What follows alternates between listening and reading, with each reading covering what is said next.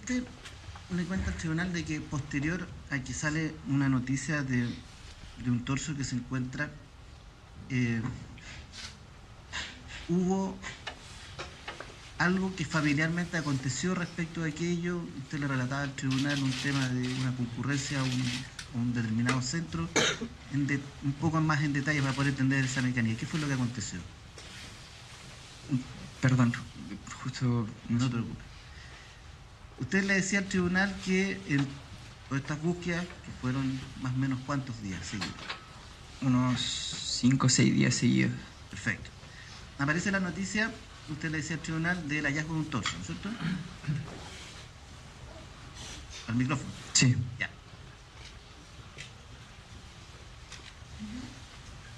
Con esta información, usted le decía al tribunal de que también familiarmente usted concurrió a un centro. ¿Cómo fue que se desencadenó aquello? ¿A un centro asistencial? ¿A un servicio? No entiendo eso del... Ya dio la información, así que puede repetirla para que la entienda. No hay problema. ¿Sí? No, Alejandro, usted fue a servicio médico legal. Sí. Ya. Eso fue el día viernes. El viernes 17. Ya. ¿Cómo llega usted al servicio médico legal? Se comunica conmigo don Edson. ¿Ya? Y yo, Edson? mi tío Edson Villar. ¿Ya? Yo me encontraba justo en la universidad, en INACAP. ¿Ya? Entonces me pregunta si es que yo me puedo acercar urgentemente al servicio médico legal, porque había un presunto torso que podía ser, y yo obviamente le dije, voy al tiro. ¿Y por qué tenía que ir usted si Edson ya estaba allí en el lugar? Por el tema de pruebas. Él lo llamaron para hacer reconocimiento de torso. Y creo que él como que manifestó si podía contactarme a mí. Y en el momento que me contacta le dicen que es como por un tema de descartar la prueba de ADN al tiro de inmediato. Ya. ¿Y usted concurrió ese día viernes al servicio médico legal? Exacto. Ya. Al día lunes 20, ¿qué pasó con esa gestión que usted fue al servicio médico legal el día viernes? Lo que ocurrió el día lunes 20, ¿Sí? yo me dirigí al ex colegio de mi papá. ¿Ya? A hablar con sus amigos. Y al momento en el que venía de vuelta, tipo 2 de la tarde, empiezan a lloverme una cantidad de mensajes a mi celular y llamadas. Y se comunica conmigo mi primo Bernardo Villegas, y él es el que me confirma que el torso encontrado era el de mi papá. Bien. Yendo al tema de las búsquedas, ¿quiénes familiarmente eran las personas que participaban en estas búsquedas? Desde tíos, primos, amigos, todos. Todos. Ya.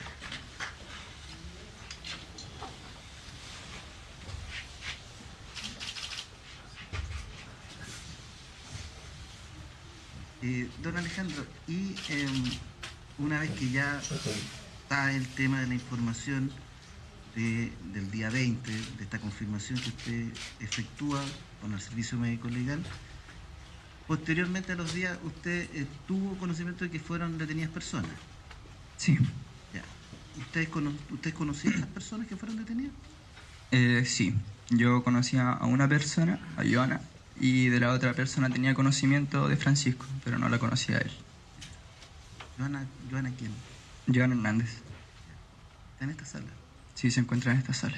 ¿Le puede decir a Chura dónde está sentada, cómo está vestida el día de hoy? Se encuentra sentada al lado del gendarme, ahí, al lado de la puerta. ¿La mirada y la descripción es suficiente, magistrado, o necesita algún otro detalle? Sí, es suficiente, abogado individualizado Hernández Vicuña. Gracias, maestro. ¿Esta persona que usted reconoció en la sala en las búsquedas participaba? No, nunca participó. En ese proceso en la ausencia que hubo y en las búsquedas, ¿usted y ella tuvo algún tipo de contacto respecto de...? Ella nunca se comunicó conmigo. Las últimas partes de consulta. Usted le dijo al tribunal nuevamente haciendo la observación de no revelar su domicilio. Usted tenía un domicilio en Viña del Mar y que su padre tenía un domicilio en Villa Alemana. ¿Sí? Sí.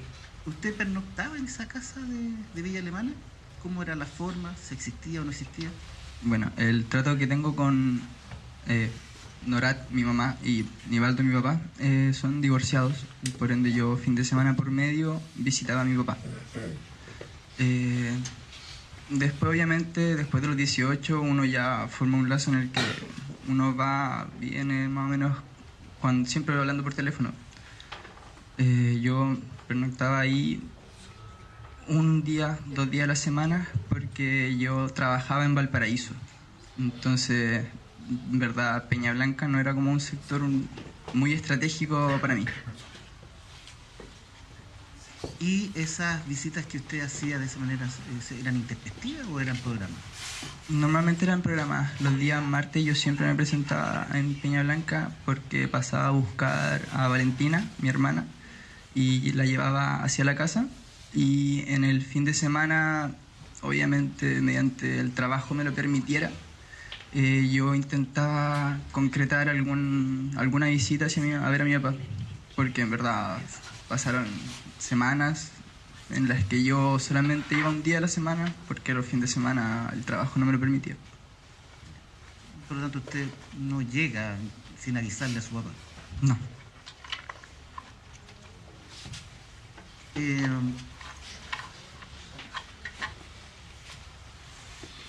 La última pregunta por mi parte. Una vez que ya se desencadena todo este episodio, usted ya sabe quién es ese torso que se encuentra en el muelle Prat, quién es, más el tema de la detención de estas personas, y ya a esta altura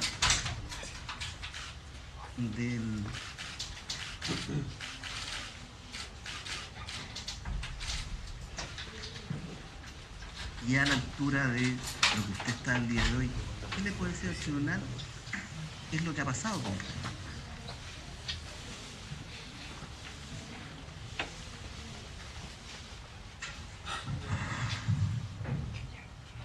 Esto en verdad ha ido incrementando con el tiempo, porque el alcance que tiene esto en verdad es súper gigante.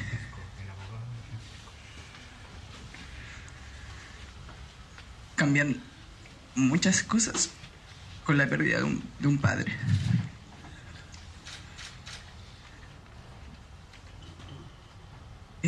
Quedé con una hermana menor de 8 años, que Edson ahora tiene edad todavía. En verdad es súper duro el avanzar cuando ya atrás tuyo perjudicó un montón de cosas. El ambiente laboral ya no es lo mismo, porque uno tiene esa pena o ese como estrés que le causa esto, que no me permiten hacer las cosas que yo hacía antes, ¿verdad? Tuve que renunciar por un tema de que no me estaba dando la cabeza. Mi estudio aún no los puedo retomar al 100%, porque cuesta, porque aún tengo con muchos trámites, aún tengo que seguir haciendo todas estas cosas que no sé si en verdad debiera, no sé si en verdad debiera hacer todas estas cosas. Ha cambiado todo mucho en cómo afecta al entorno de uno, en cómo uno ve cómo las personas van flaqueando, se van desmoronando. Es súper difícil en verdad el seguir fuerte, el no dejarse caer, el seguir adelante sin un padre.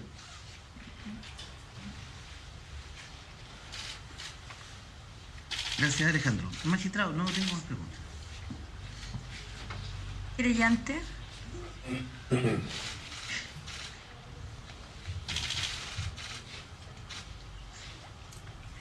Alejandro, buenos días. Buenos días.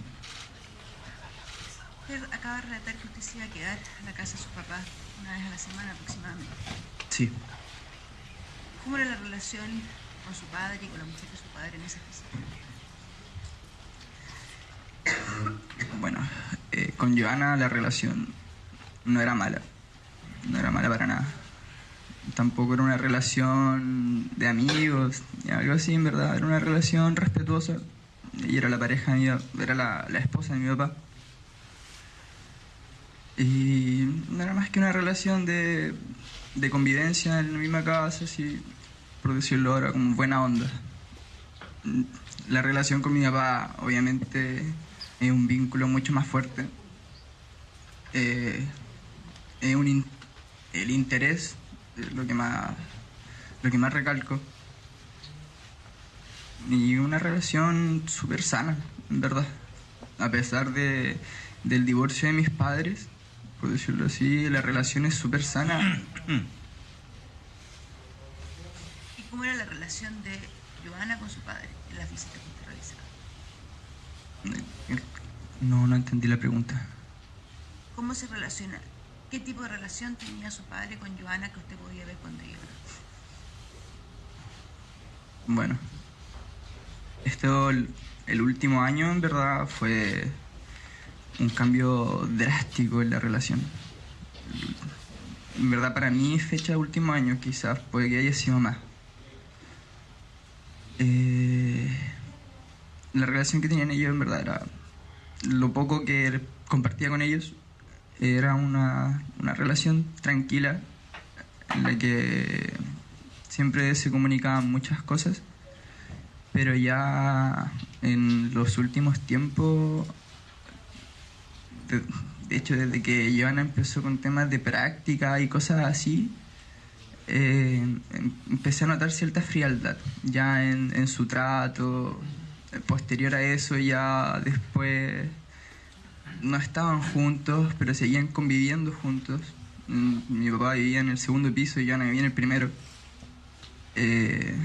Y ya después esto se fue degenerando, en verdad.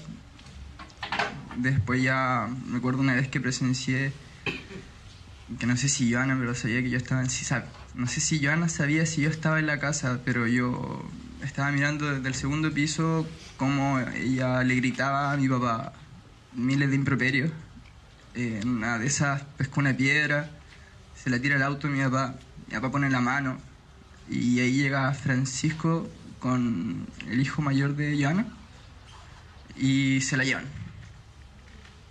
Yo por mientras me quedo con mi hermana en el segundo piso, que obviamente estaba así desesperada, llorando. Y yo ahí intentando calmarla, en verdad. Y con rabia, porque sentí que mi papá no se merecía eso. No se merecía que lo fueran a tratar así afuera de su casa. Para nada. Y esa fue la última vez que hubo una especie de relación entre Nivaldo y Joana, para mí.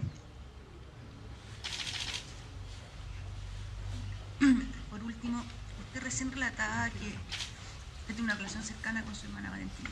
Sí. ¿Cómo han sido estos últimos meses o este último año en la relación que usted con Valentina? No sé si es que ella tiene un caparazón muy fuerte o se muestra muy fuerte, pero a ella la veo relativamente bien. Quizás tiene esa ventaja de que sea más pequeña y olvida un poco más rápido las cosas. Pero uno siempre que la ve y uno siempre que está a solas con ella, yo que soy el hermano, le hago tipo de preguntas para saber cuánta pena tiene. Y es cosa de terminar la pregunta y se pone a llorar.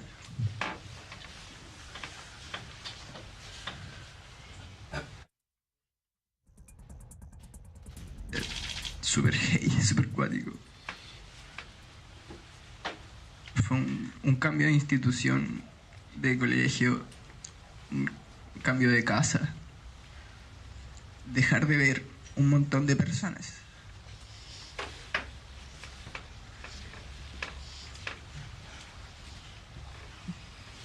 Pero a pesar de todo, los dos igual nos mantenemos bien, yo y la Valentina.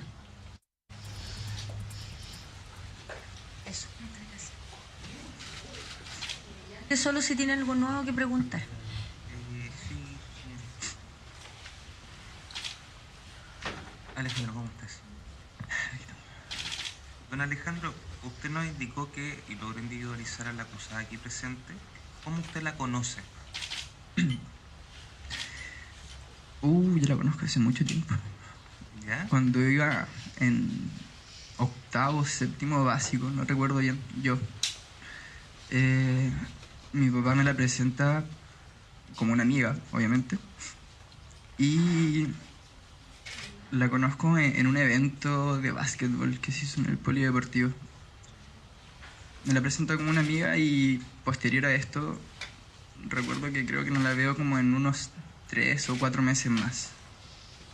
Y ahí, obviamente, ya era una relación más concreta, por decirlo así. Una relación ya no tan de amigos, sino que estoy saliendo con ella. Perfecto. En relación a los acontecimientos del día 10 hasta el día 17, que se toma el ADN y la posterior confirmación, y que se entera por el llamado de su primo Bernardo, los restos que habían sido encontrados en la Vía Valparaíso correspondían a su padre. ¿Usted encontró alguna justificación a lo sucedido? No, hasta el día de hoy no encuentro una justificación, una excusa, nada. Perfecto. Usted nos relataba recién de que usted ha sostenido conversaciones con su hermana respecto a lo ocurrido, ¿efectivo? Sí, efectivo. ¿Su hermana le ha transmitido la opinión o si tiene conocimiento de los hechos que ocurrieron? No tiene conocimiento de los hechos, le pregunto más temas de emociones. Perfecto. Y para concluir, don Alejandro, ¿usted qué espera de este juicio? ¿Qué espera de este proceso?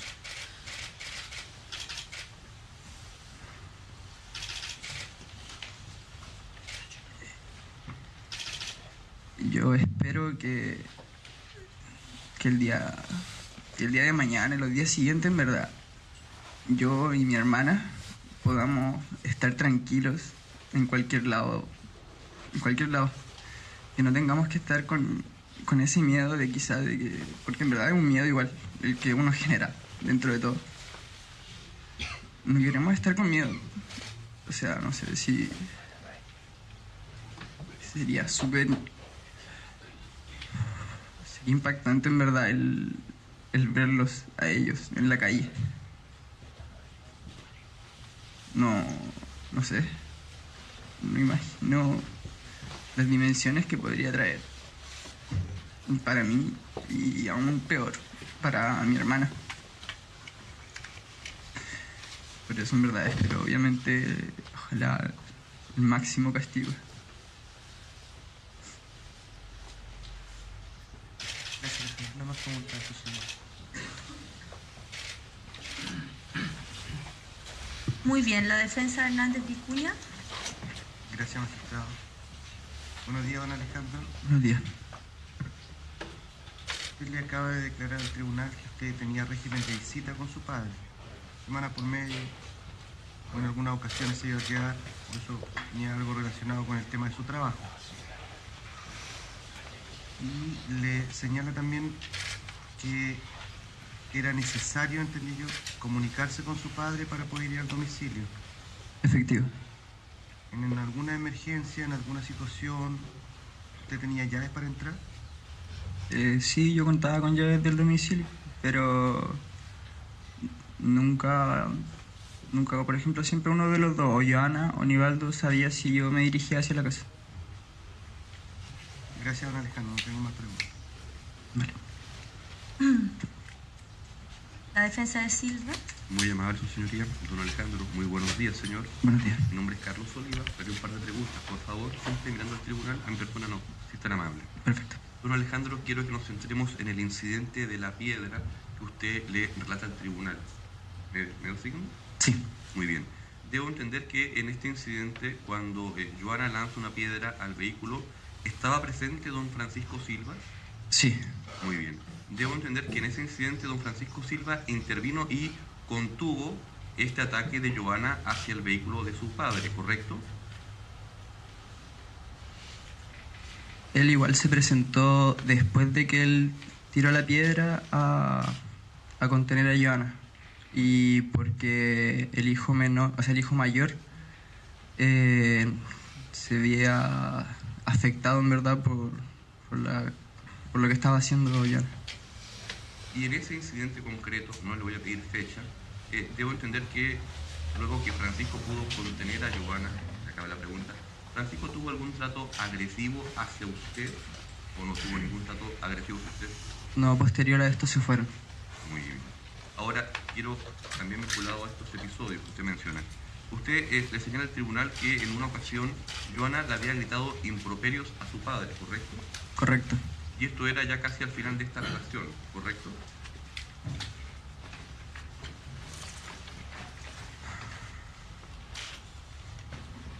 Yo, cuando hablo con mi hermana, ella igual a veces me cuenta cosas que han pasado antes. Que la mamá es la karateca. Que la mamá agarra a chuchas al papá. Don Alejandro, justamente a eso quería llegar.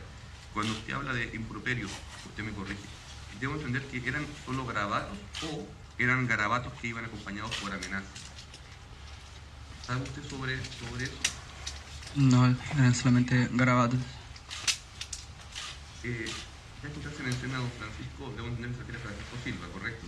Correcto, Francisco Silva, usted nunca lo golpeó ni nunca lo agarró a garabatos, ¿correcto? correcto. No. Muy amable. No haré más preguntas, su señoría.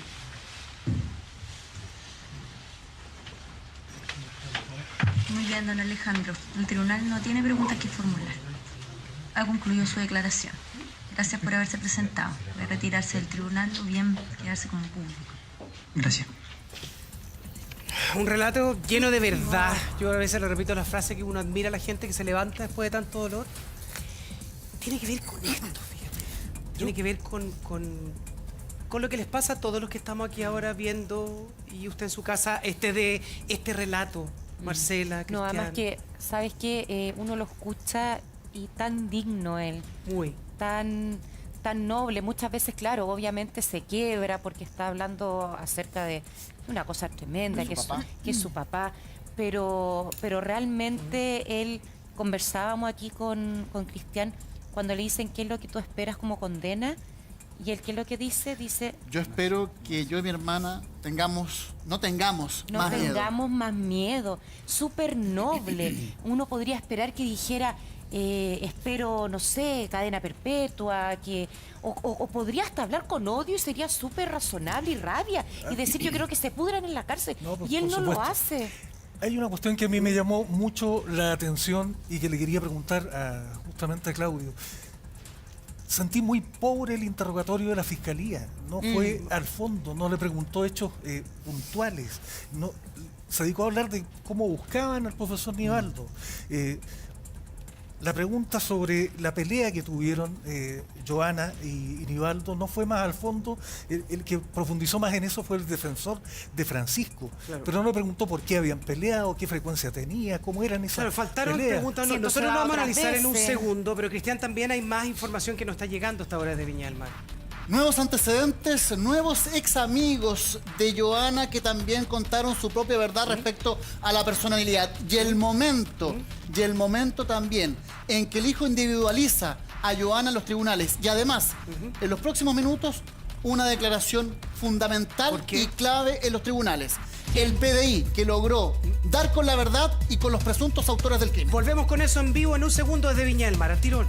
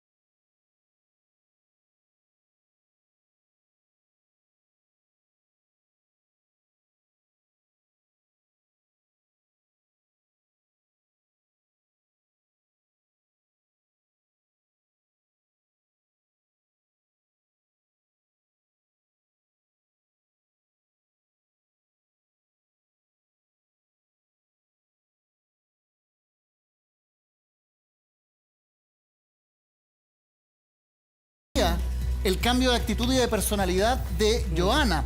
Porque él habló, por ejemplo, de un episodio de un lanzamiento de una piedra que vamos a conversar de eso en detalles, pero en pantalla ¿Quién está ahí? hay alguien muy importante que está declarando en estos momentos. Él es el PDI que logró descubrir aparentemente toda la verdad.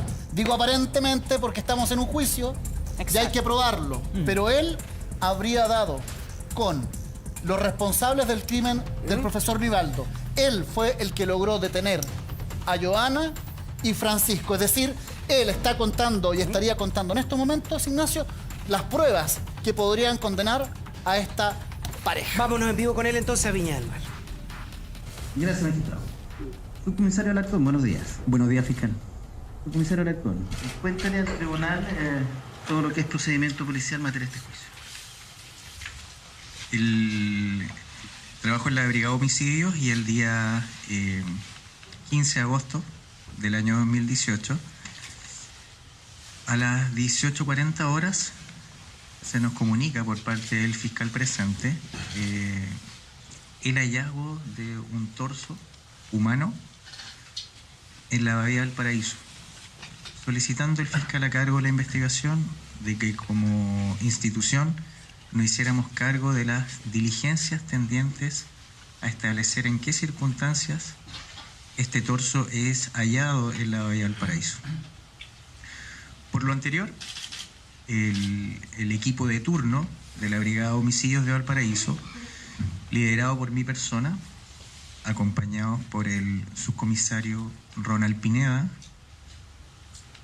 el inspector Ernesto de la Fuente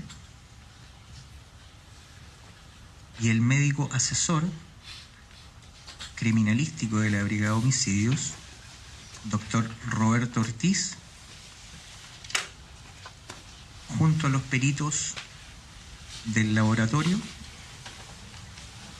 concurrimos al patio posterior del restaurante Bote Salvavidas, lugar de acuerdo a las indicaciones entregadas por el Ministerio Público. Este torso había sido trasladado por personal de la Armada para su respectivo análisis. Nuestra llegada al lugar se concreta a las 19:40 horas, pudiendo constatar que efectivamente al interior de una bolsa contenedora de cadáveres de material sintético, abierta a nuestra llegada, se encontraba el torso de un hombre. Los rasgos morfológicos de este torso básicamente daban a entender una contextura atlética, un torso de piel morena y de acuerdo al aspecto de su piel, estimamos ese día que su data etaria oscilaba entre los 35 y los 50 años de edad. Subcomisario, un segundo. Magistrado, solicito una autorización para poder exhibir de los otros casos de prueba que están a la lista. Ahí estamos con esta imagen en vivo. Quien habla de los temas del hallazgo, pero sobre todo fue la primera persona que les toma declaraciones también, ¿no? De hecho, estamos hablando, y usted está viendo en imágenes y en pantalla, a Gabriel Alarcón, el subcomisario de la PDI, que descubrió a los presuntos asesinos del profesor Nivaldo Villegas. Y es ahí su importancia.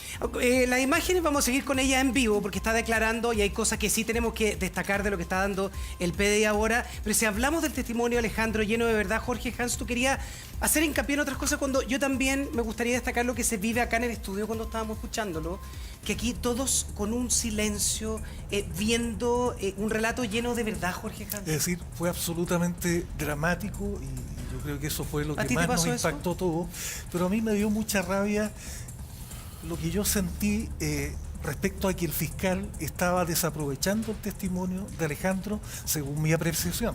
Yo entiendo que puede tener alguna razón estratégica para no haberlo interrogado con mayor profundidad acerca de la relación de su padre con Joana, de cómo transcurrían las peleas entre ellos, qué motivo tenían las peleas entre ellos, por qué a partir de que ella inició la práctica en el hospital, que cuando se inicia la relación con Francisco, su amante, la relación con su papá cambió drásticamente. Claro, pero ahí si hay él algo... notaba algún consumo de drogas o algo que pudiera explicar eso. Pero puede ser, Marcela, que la fiscalía o los que estaban haciendo las preguntas, había que tratar de no causar más dolor tampoco. Fueron Es que como... no sé si fue eso, porque de hecho yo encuentro que el fiscal fue mucho más duro. El defensor. Con Alejandro que con los imputados el día anterior. Es decir, le preguntaron muchas más cosas, le puntualizaron que tenía que referirse a su papá con nombre y apellido, lo pusieron más nervioso y lo presionaron más que los imputados. Marcela. No, yo creo que aquí hay que ver la diferencia con los relatos de ayer de una declaración de verdad. ¿En qué sentido de verdad? Sí. No hay nada aprendido. Aquí tú ves que él se pierde, vuelve, se emociona, no escucha las preguntas, no las entiende, trata de recordar otras cosas y además tiene que ser ayudado con preguntas para que él pueda seguir un hilo. Y fue... Porque de repente se va totalmente. Fue tan difícil, Marcela, lo que tú estás señalando, que cuando él tiene que individualizar a Joana, Sí. cuando tiene que mirarla y decir, usted a la persona que sería responsable de este crimen, está aquí en este lugar, y él tiene que mirarla en este caso, e individualizarla. Yo lo estaba Ahora- observando todo, Marcela, perdona que te interrumpa, pero lo estaba observando todos en todo el minuto del relato. Y cuando él se da vuelta y tiene que individualizar, a Joana, mire también a la Carla, su niño que está acá. Porque acá no volaba una mosca, me imagino que en tribunales tampoco. Carla, ¿y a ti te pasan cosas muy particulares cuando lo ves? O sea, yo veo a un chico que está destruido, básicamente, al que destruyeron la vida. Y yo se los decía en comerciales, me pasa una cosa como desde lo mamá, ¿no? Me dan ganas de ir y abrazarlo, de contenerlo. Y me pregunto cómo Joana, que es mamá, y están hablando de su hija, porque cuando él habla de su hermana, está hablando de su hija. Yo no puedo creer que Joana pueda estar ahí fría, escuchando este relato, dándose cuenta, me imagino, del daño que generó y que no le pese la conciencia. Si yo no tengo nada que ver, quisiera abrazar a Alejandro y contenerlo, como ella que lo conoce, que lo debe haber querido porque era el hijo de su pareja y a quien le destruyó la vida, se puede quedar absolutamente, fría, inmune, lejana. De hecho, creo que la posición en la que estaba hoy día sentada Joana permite que ella tenga un contacto visual con Alejandro mucho mayor Estaba que prácticamente los días de frente. anteriores. Sí. Entonces probablemente lo miró muchas más veces. ¿Cómo no se desarma? Y ahí solo me hace sentido lo que dice Mauricio, que aquí hay una desconexión total, una persona incapaz de sentir empatía por otro que es parte de su vida, por otra que es su hija. Sí, claro. Sobre todo cuando le dicen, ¿y usted qué espera de este tribunal? Que no tengamos más miedo, y incluya a la hija. Incluye a la hija de él. Él como que se siente que tiene que ser quien está a cargo de la Ahora, cuando niñita, hablaba, un padre. Cuando hablaba Joana, nosotros tenemos que mostrarle algo, no se lo queremos contar. Porque cuando Joana estaba escuchando relatos de Alejandro, ella hacía unos gestos muy particulares que nosotros los tenemos. ¿Por qué hacía esos gestos? ¿Qué actitud tenía Joana? ¿Por qué se movía de esa forma? La vamos a analizar, pero se la queremos mostrar. Estamos con un perito, estamos con un investigador que se ha dedicado a eso y por eso queremos escucharlo. A la vuelta a la pausa, ¿cómo estaba Joana escuchando a Alejandro? Lo vemos en el Muy Buenos Días. Sigue declarando PDI. Tras de las risas, con Felipe Abello. Estreno, sábado 4 de mayo, 22:30.